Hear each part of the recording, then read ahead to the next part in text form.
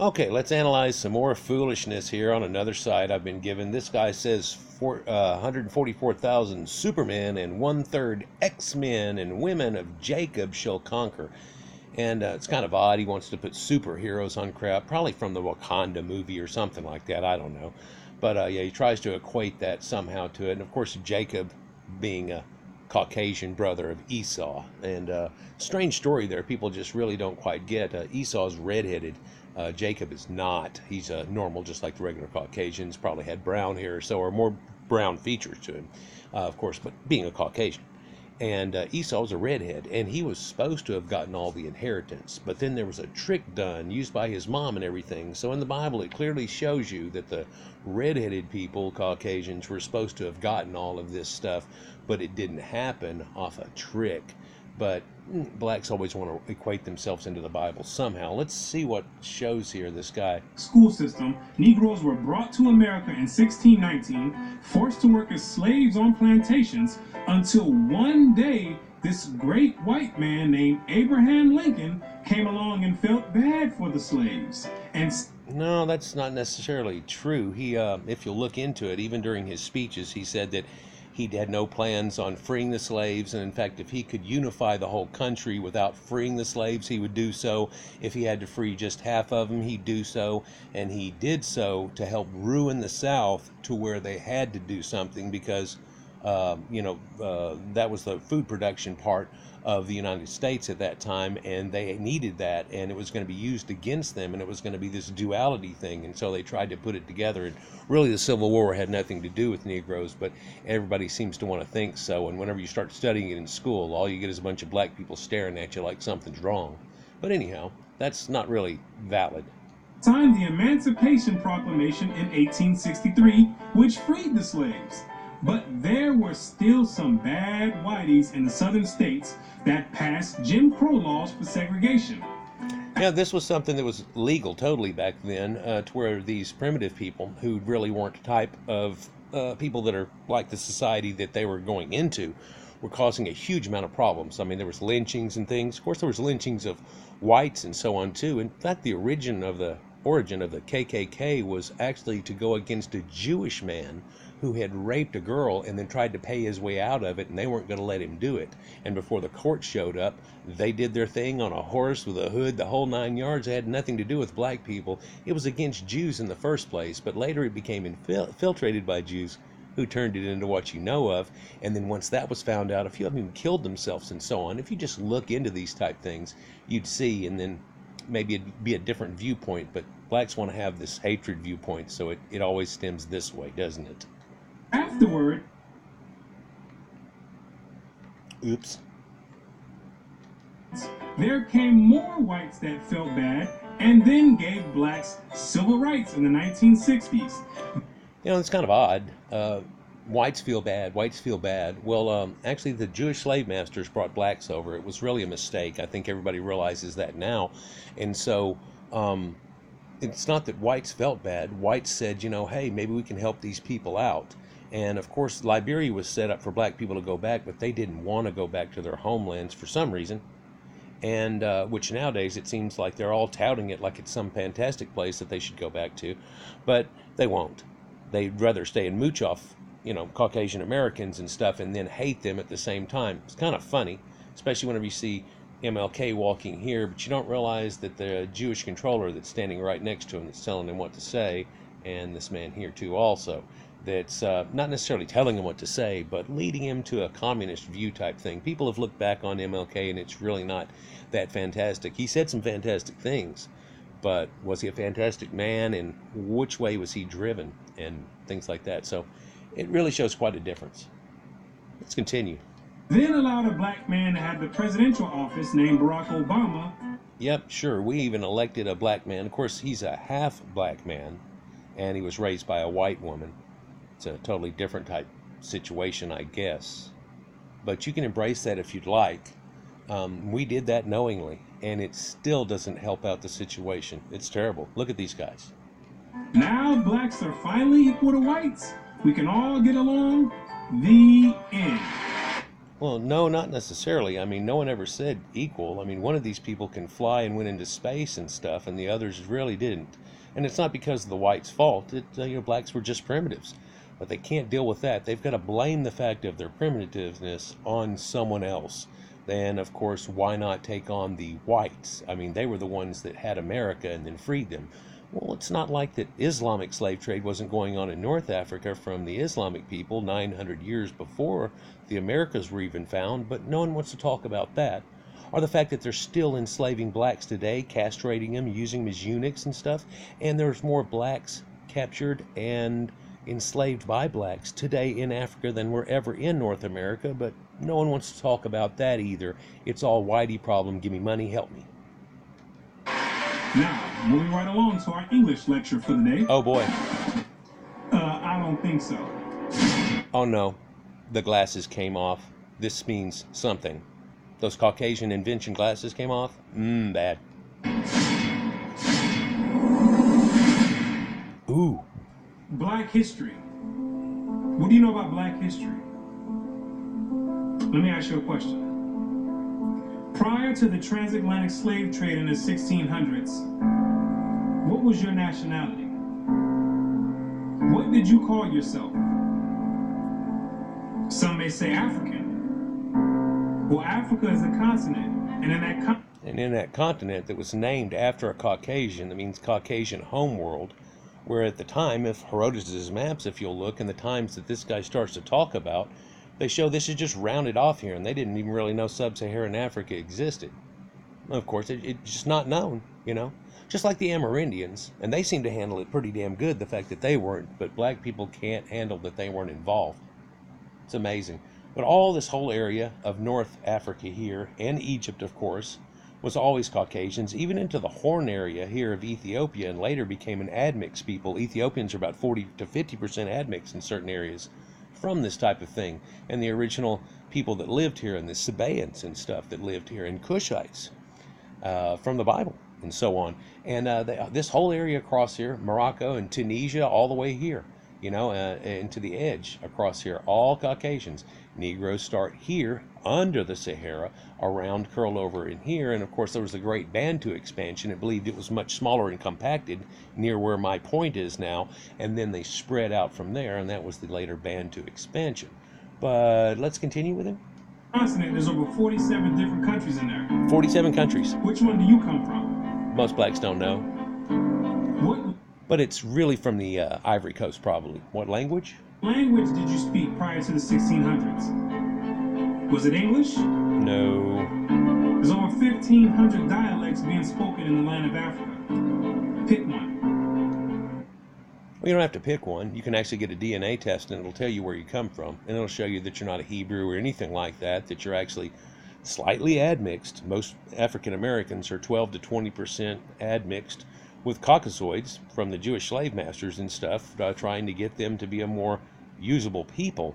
And also they were trapped on the Jamaican Islands and the British Isles there because they broke out with smallpox, because they had never been actually exposed to it, just like the Amerindians. And that's what almost took them out, the exposure of these people having an extreme breakout. The Caucasians there weren't having a great breakout, although it still could cause a disease transference. We easily see that.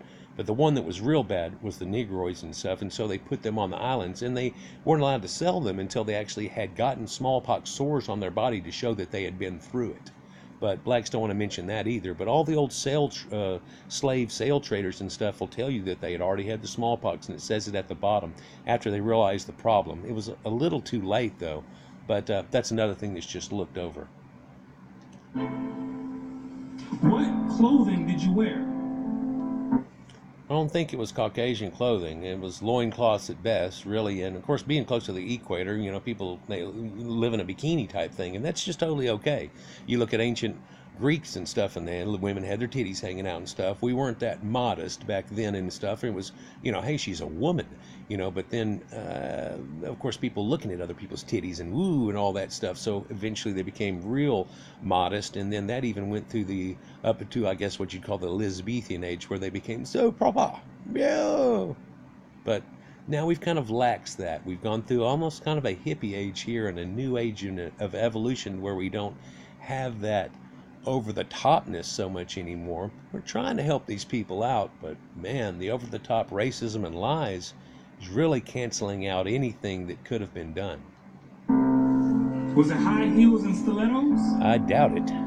Skinny jeans and Vans? No, it's all Caucasian stuff. What food did you eat?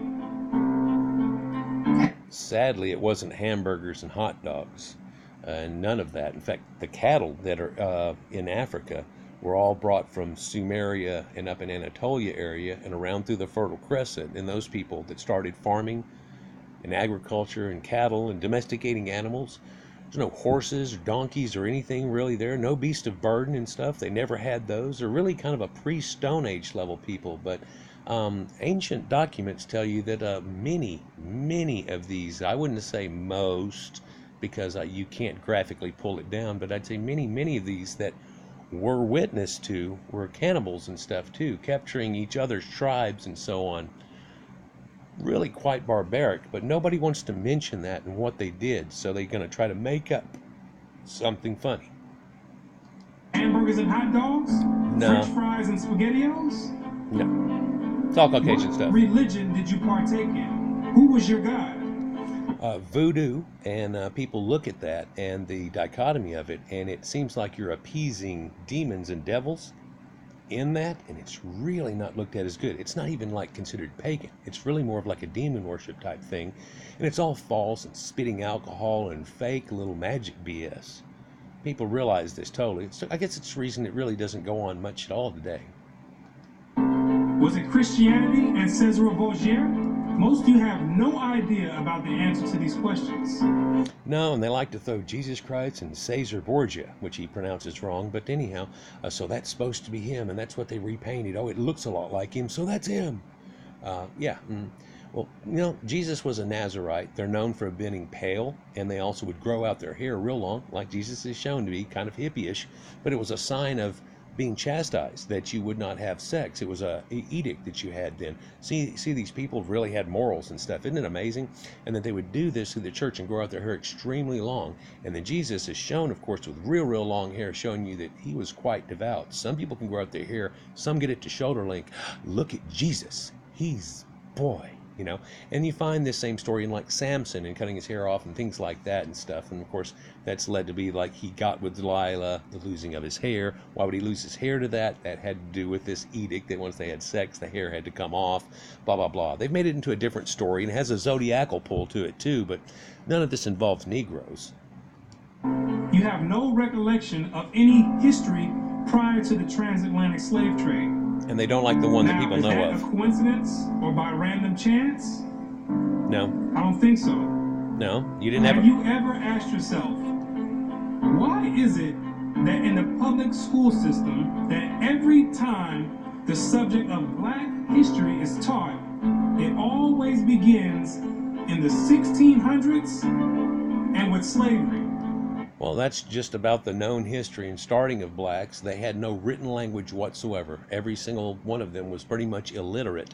And of course they say, no, the Jews said that some of them could tabulate. Yeah, the ones that were selling their own kind, were capturing and selling their own kind off like some kind of drive-through slave mart, those people could tabulate up. And they had been taught by the Islamic slavers who had been running it for like 900 years before that even happened. But the Africans found out in the bush they were capturing and selling, no, they were illiterates. A lot of the general population of whiteys and so on, all through there, were all illiterates too. People that were farmers and things, a lot of people couldn't read.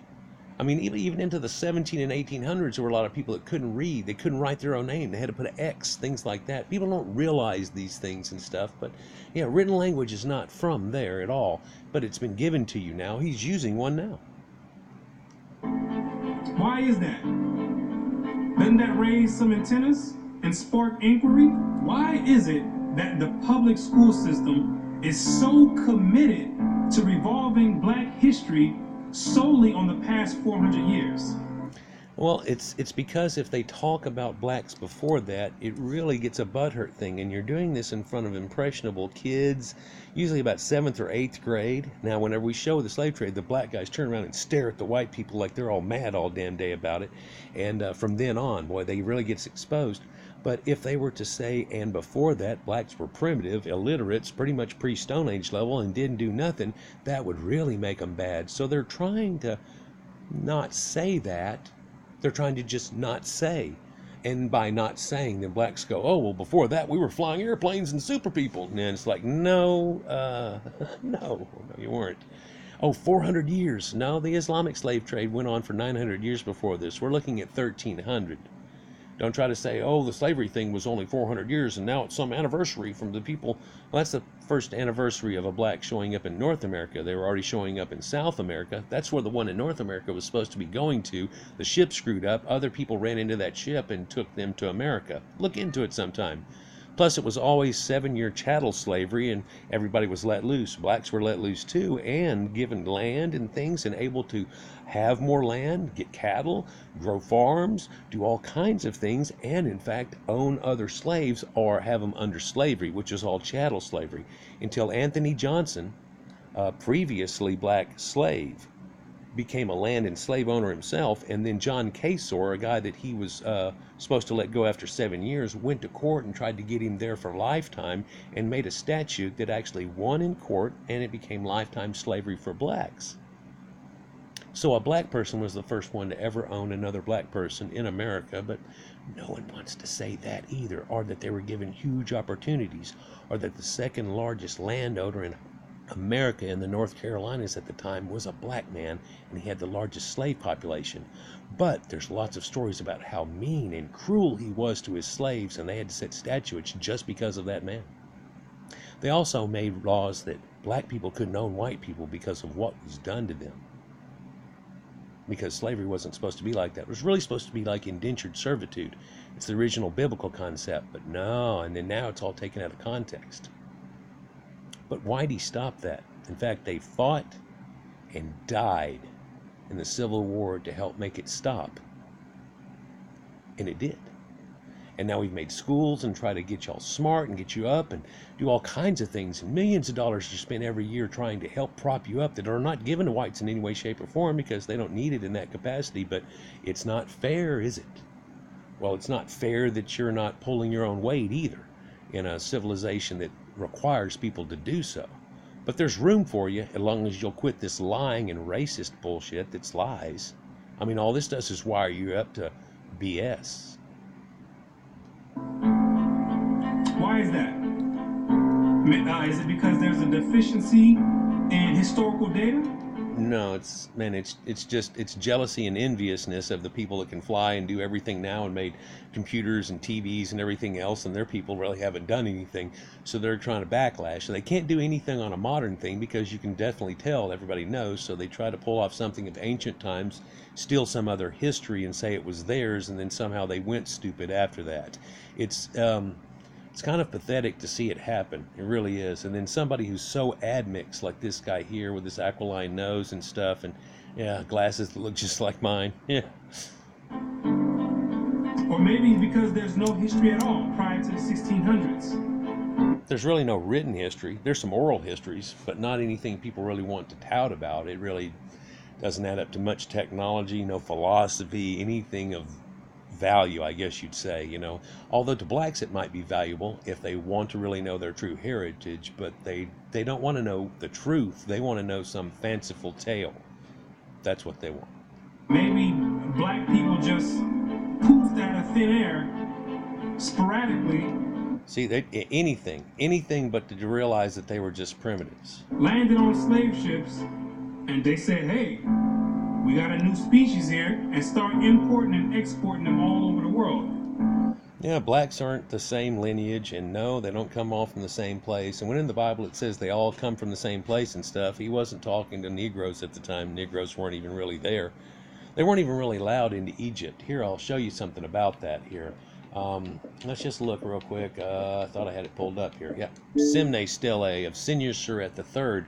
It tells you the southern boundary, made in the year 8, under the majesty of King in Upper and Lower Egypt, Kenkur, who has given life forever and ever in order to prevent that any Negro should cross it by water or by land, by ship or by herds of the Negroes, except a Negro who shall come to trading in Icon. Icon was above the actual border there, or with a commission. So they'll let them come in and give them something, but there ain't no troops coming in here, and there are people aren't lollygagging and hanging around, not even allowed in. Every good thing shall be done with them, but without allowing a ship of the Negroes to pass going downstream forever.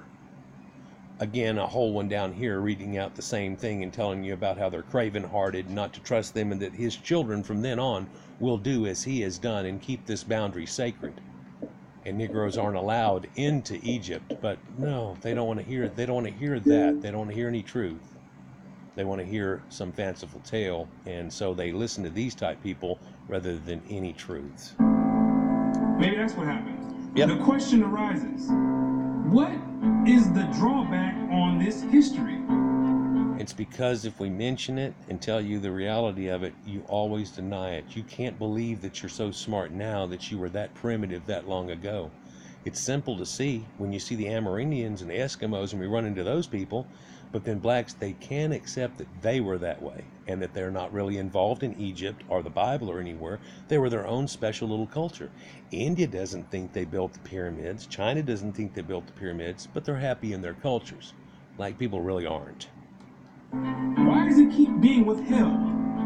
It's not withheld. What's the big idea about it? Why is it being held hostage? That's the question. It's not hostage. It's just you don't want to know the truth. Why can't it be expounded on? 100 years prior to the 1600s? 300 years? 500 years? 1,000 years? Why? Let's go 900 years before that, the Islamic slave trade. They used to castrate the males and use the women as concubines sometimes. And this castrating the males, of course, made it to the point that they said sometimes 2 out of 5 were the only that lived. They lost more than they even got out of it. Didn't really care, though, and that they would, it's clearly written by these Islamics, that they would dispose of them after use to keep from having to feed or house them anymore. That sounds real disgusting today, but we're talking about ancient times. He also tells you there's no marriage between them. They eat lizards, snakes, and other crawly things, and sometimes each other. So they probably don't want to go into this at all, and so they avoid it and try to make a different history that must have started before then, which he's doing now. Is that information not being revealed? You can find it. What's the big secret? What's the mysticism about it? One big secret about Egypt is that they had red hair, like Esau did, in quite a few of the population. It's not like everybody had a redhead. That's actually impossible. Even in Ireland, you can breed redheads together and they have brown-haired kids. So it's a trait that gets pulled out of there. But Ramses had red hair, and Seti had red hair. In fact, Seti are Sethites, and Seth is a known redhead, and so they were known. If you look at the burial grounds there in Egypt, the necropolis, they're separated. There are blondes here, redheads there, and so on. Well, why is that a big secret? Well, it's because the current population doesn't carry any of those traits or the blue eyes and stuff seen in the statues. And therefore, oh, it's going to be whitey again? Well, yeah, it was kind of whitey doing a lot of all this stuff. Those are the Arabs that came in later. It's not the same people. You're going to come to realize is that your identity is the biggest kept secret on the planet Earth. It's only kept from you because you can't handle the reality. Man, those glasses keep coming on and off. He's so serious. Oh, you thought that NASA and the space station and the secret missions being conducted by them, oh, you thought that was the biggest kept secret on Earth. Oh, there's lots of secrets going on, and black world projects and making stealth fighters and all kinds of stuff that nobody knows anything about. And the latest technologies that we slowly feed off of are pulling in a lot of times to military and things like that, and have other applications along with them. CDs, data, lasers, all these things that came about were all Caucasian creations thought of and made up in fanciful tales like Buck Rogers and Star Trek and communicators and tricorders and things. And next thing you know, we've got a phone that's much better than that tricorder, and we surpass it and go on, but yet we can't go into space yet. Things are hampering us real bad in doing that. No, this is bigger than that. You thought that the government and the CIA and the FBI hiding information about UFOs and Planet X and Nubaru. It's Nibiru. Nibiru.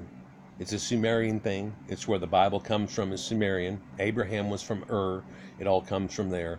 It doesn't even come from Africa, which the top part of North Africa is always Caucasian, all the way through till the modern slave trade. The reason blacks are up there now is from that Islamic slave trade. And any admix that they have is from those type of things. The Arabs that have it from there. Your Coptic Egyptians are very close and partially related to the people that originally came from there in Egypt. None of it involved Negroes, and the only Negroes that were around the area were Nubians trying to invade. They were called troglodytes. It means primitive underworld cave dwellers. They were also referred to as Nahasu, and it means worthless.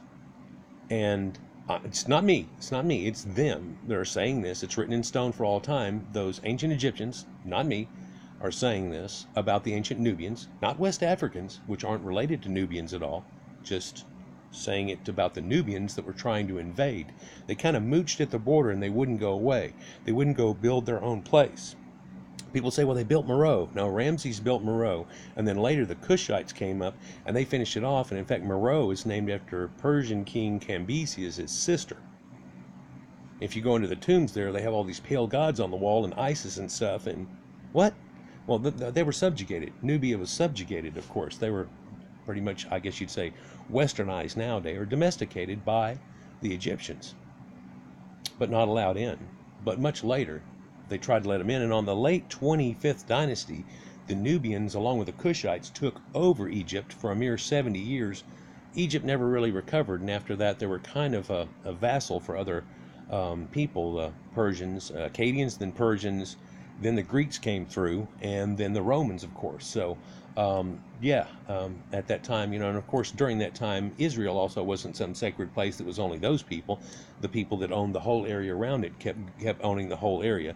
This Levant area, which is a French word, by the way, was controlled by Levitical priests. And they go, oh, that's Bible. And you go, no, that's the whole area. Every people in that area had Levitical priests. Levi is the little cone helmets that they show in the ancient Canaanite gods, El and Asherah and Baal and so on. That's where the religion comes out of, a twist of that, some Egyptian stuff, and the Sumerian background of it all.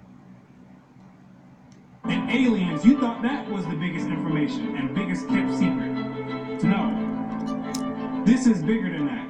The elite Confederate has spent billions of dollars and constructed an innumerable amount of psychological stratagem to ensure that you never received and acquired this information that's about. Terrible. Them glasses come off and, oh, it's all, we spend millions just trying to hide stuff. No, we spend billions just trying to help y'all raise up. But look at this pathetic mess. To be put out. You have to receive pertinent information from some of the most reputable biblical scholars, historians, and archaeologists. Nope. And they all know something that you don't know. And that's your identity. Ham, the youngest son of Noah, born probably about 96 years before the flood, and one of 8 persons to live through the flood. He became the progenitor of the dark races, not the Negroes, but the Egyptians, Ethiopians, Libyans, and Canaanites. Wait. Now, hold on. He just, whenever he was saying the words of Libyans, Egyptians, and Canaanites, he just kept showing Negroes and admixed Negroes pulled into the area. That's not correct at all.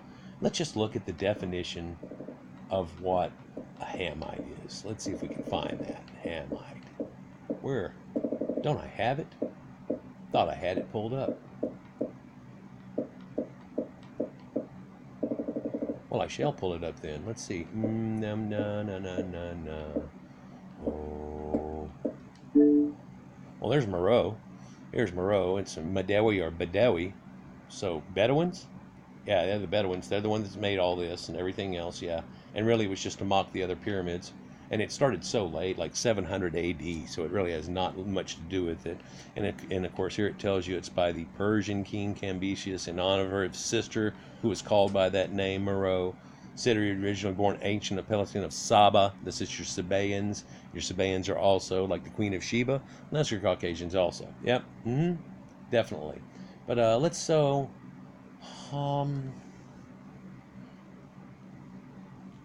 Hamites. Hamites from the biblical Ham is a historical term in 19th, 20th century ethnology linguistics of a division of the Caucasian race and a group of related language so the population spoke. The appellation Hamitic was applied to the Berber, Cushitic, and Egyptian branches of the Afro-Asiatic language, so North Africa and Asia, the Caucasians, and Ham is a Caucasian race, right? See that? You can go through the whole part of it in here, but this nomenclature gradually fell out of favor between the 1960s and 80s. Wonder why? In large part to its perceived association with paternal colonialism, the populations of Hamitic ancestry stock are now commonly just referred to as Caucasoid. That way, black people can't say, "Oh, the Hamites," and have a big fight over it because they're not in there. Look, Caucasians don't have black people as children. There's not some magic black that pops out. If it did, who would that marry? It would make a mulatto. Then who would that marry? So how do you ever get a solid black population in West Africa? Well, it's because they're not involved and not even a part of this, and really start from a total separate lineage and aren't part of this. So there's your Hamites. Let's go back here and get back into this. The churches and the pastors, which are set up by the government, all teach in unison a doctrine that all black people come from the seed of Ham. No, they mention it in a full blanket, telling you that around the Mediterranean and and the darker races, which the Caucasians that are there get a lot more tan, boy. They're around that equator, kind of like lifeguards do every day, out in the sun 24 hours a day, just like the Caucasians that are there. I hear people say sometimes white people can't stand it there, and you're like, no, they would turn tan real damn quick, but they'll be there. They're there now today. How do Egyptologists there? How are the people living there today? How do the Hyksos live there? How did the Libyans and Asiatics live there? How did anybody live there? How did the Greeks? How did the Romans? People don't think through things when they say racist BS. It just comes across as pitiful to most people. They're hoping that somebody's stupid enough to not understand that just has no basis. But once you open up scholastic sources, you'll find out that the biblical scholars say something totally different. There are scholars now that try to say, to make the Bible and blanket the world, they try to say that when the devil stood up on top of one little hill and said all the nations, that somehow he could see the world and it was round and they didn't think it was flat back then, and stood up on pillars, and that firmament was a heaven and a big glass dome over something that looked like a snow globe. But that's your biblical model. But at the same time, no one mentions that. They're not part of the lineage. When he says all the nations, he's not talking about deep Africa. Nobody there had any part in this, and they weren't part of the nations. They weren't considered to be part of this in any bit, shape, or form. But